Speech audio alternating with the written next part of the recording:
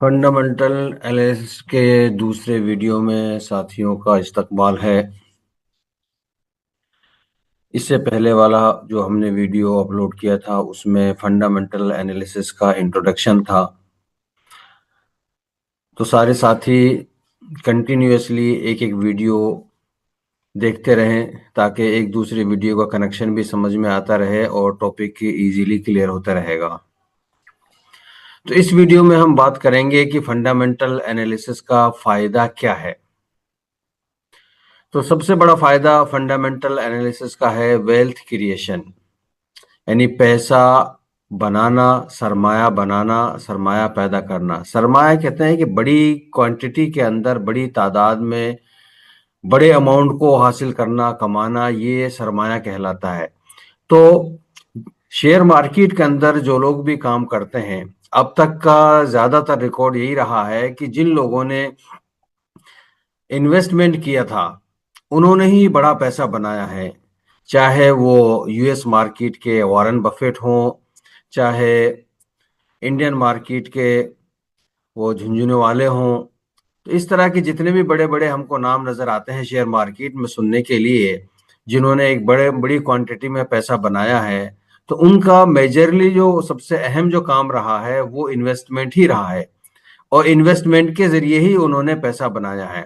तो इसलिए अगर हम भी चाहते हैं कि शेयर मार्केट से जो बड़ा पैसा बनाएं, बड़ा रिटर्न हासिल करें, किसी स्टॉक में 100%, 200%, 400%, 500%, 1000%, तो हमको उसमें ये फंडामेंटल एनालिसिस सीख करके सही वक्त पर इन्वेस्टमेंट करना होगा। तो आगे चल के फ्यूचर में हमको बहुत अच्छे रिटर्न मिलेंगे। तो ये वेल्थ क्रिएशन का एक सबसे बड़ा राज है, वो है इन्वेस्टमेंट की लंबी मुद्दत तक पैसा इन्वेस्ट करके ही हम सरमाया पैदा कर सकते हैं। और जब हम जो है इन्वेस्टमेंट करके एक लंबे टाइम तक सब्र करेंगे, उससे हमें जो पैसा मिलेगा उसका दूसरा जो है फंडामेंटल एनालिसिस का हमें दूसरा फायदा क्या होगा, फ्रीडम मिलेगी, यानी माशी आज़ादी।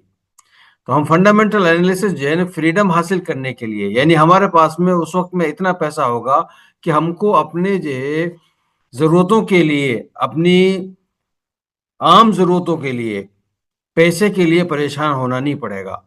तो माशी जो आज़ादी है, हमारा जो फाइनेंशियल जो बैकअप क्रिएट होगा, उसके लिए हम फंडामेंटल एनालिसिस सीखते हैं।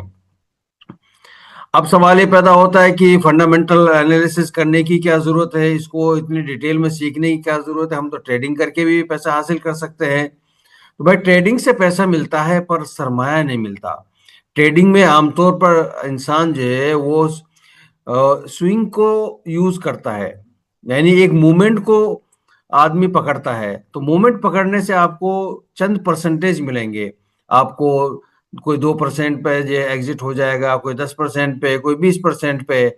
लेकिन अगर आपको जो है रिटर्न सैकड़ों में चाहिए और हजारों में चाहिए, तो आपको इन्वेस्टमेंट ही करना पड़ेगा। इसलिए ट्रेडिंग से हमें जो है वक्ती तौर पर थोड़ा अमाउंट में पैसा मिलेगा, जिससे हम वक्ती तौर पर अपनी जरूरतें पूरी कर सकते हैं। इसलिए ट्रेडिंग के लिए फंडामेंटल एनालिसिस नहीं है। तो कोई आदमी ये सोच रहा है कि मैं सिर्फ ट्रेडिंग करूं और मुझे फंडामेंटल एनालिसिस भी करना चाहिए, तो उसकी जरूरत ही नहीं है।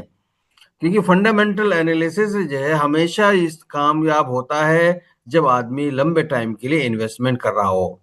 तो ट्रेडिंग के लिए तो आदमी टेक्निकल सीखे, टेक्निकल पे फोकस करेगा, टेक्निकल सीखेगा, तो जो है वो अपने ट्रेडिंग को अच्छी मजबूत बनाएगा। लेकिन इन्वेस्टमेंट को मजबूत बनाना है और सही वक्त पर अच्छी कंपनी को पकड़ना है, ताकि जो है आपका अच्छा इन्वेस्टमेंट हो और अच्छा रिटर्न मिले और आपकी वेल्थ क्रिएशन हो। इसके लिए फंडामेंटल एनालिसिस है। इसलिए जो है साथी कंफ्यूज ना हो कि हमको ट्रेडिंग करना चाहिए, फंडामेंटल एनालिसिस सीखना चाहिए, नहीं सीखना चाहिए।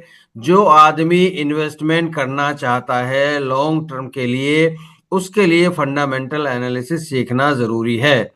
और जो आदमी इन्वेस्टमेंट नहीं करना चाहता, सिर्फ ट्रेडिंग करना चाहता है, तो उसके लिए हम ये कहेंगे कि वो फंडामेंटल पर अपना टाइम बर्बाद ना करे, बल्कि वो टेक्निकल एनालिसिस पे फोकस करे, टेक्निकल सीखे, ताकि अब उसकी ट्रेडिंग मजबूत हो।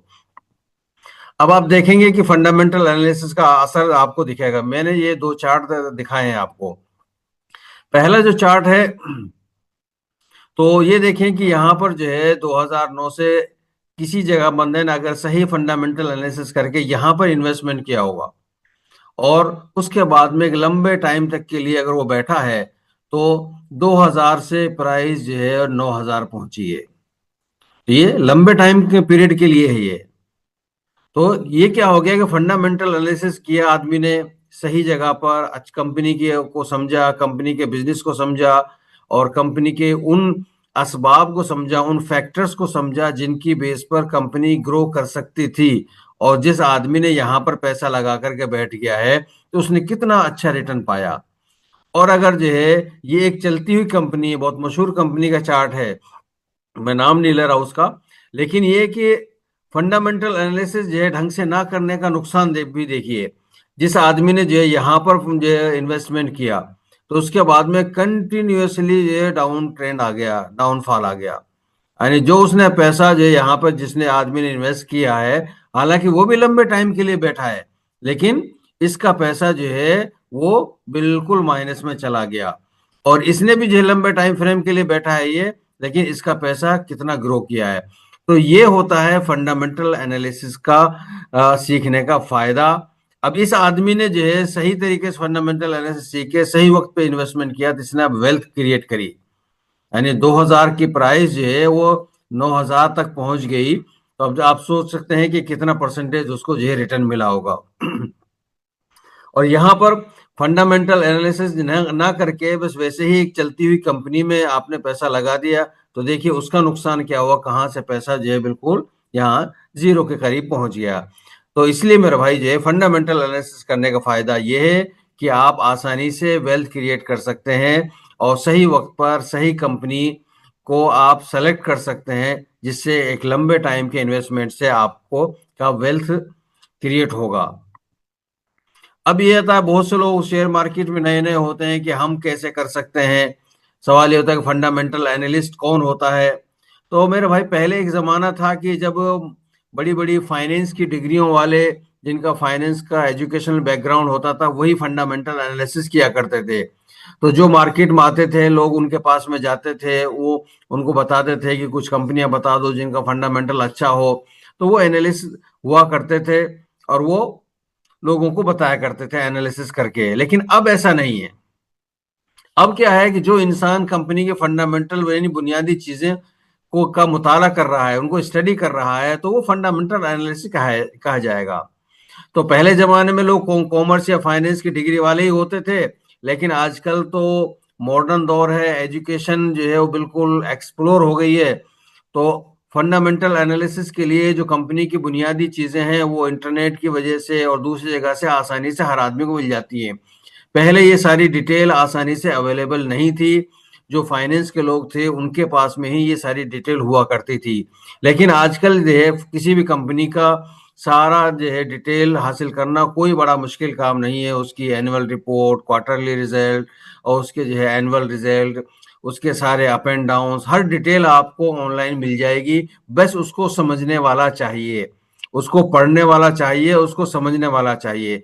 तो हम फंडामेंटल एनालिसिस जो है कि इन सब वीडियो से आपको किस तरह से जो है एनुअल रिपोर्ट को पढ़ना है, किस तरह से जो फंडामेंटल को समझना है, वो हम आपको पूरे तौर पर सिखाने की कोशिश करेंगे। और उम्मीद है कि आप सीख जाएंगे अच्छे से, क्योंकि सारी मालूमात को लेने की, हासिल करने की जरूरत नहीं है। सारी मालूमात है, सारा डाटा अवेलेबल है ऑनलाइन, हर कंपनी का जो अपडेटेड डाटा मिल जाता है। लेकिन अगर आप बगैर फंडामेंटल एनालिसिस सीखे हुए वो सारा डाटा देखेंगे, तो आपको कुछ भी समझ में नहीं आएगा।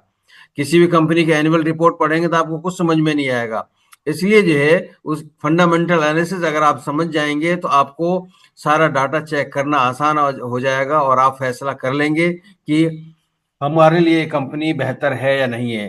तो इसलिए मेरे भाई जो है बने रहिए हमारे साथ में। इसके अगला टॉपिक जो है अगले वीडियो में आएगा, और मैं साथियों से दरखास्त करूंगा कि हर टॉपिक को एक साथ जो है वो एक वीडियो के साथ दूसरे वीडियो से जो कनेक्टेड है, इसलिए सारे वीडियोस देखें, बीच बीच में से कोई वीडियो ना देखें।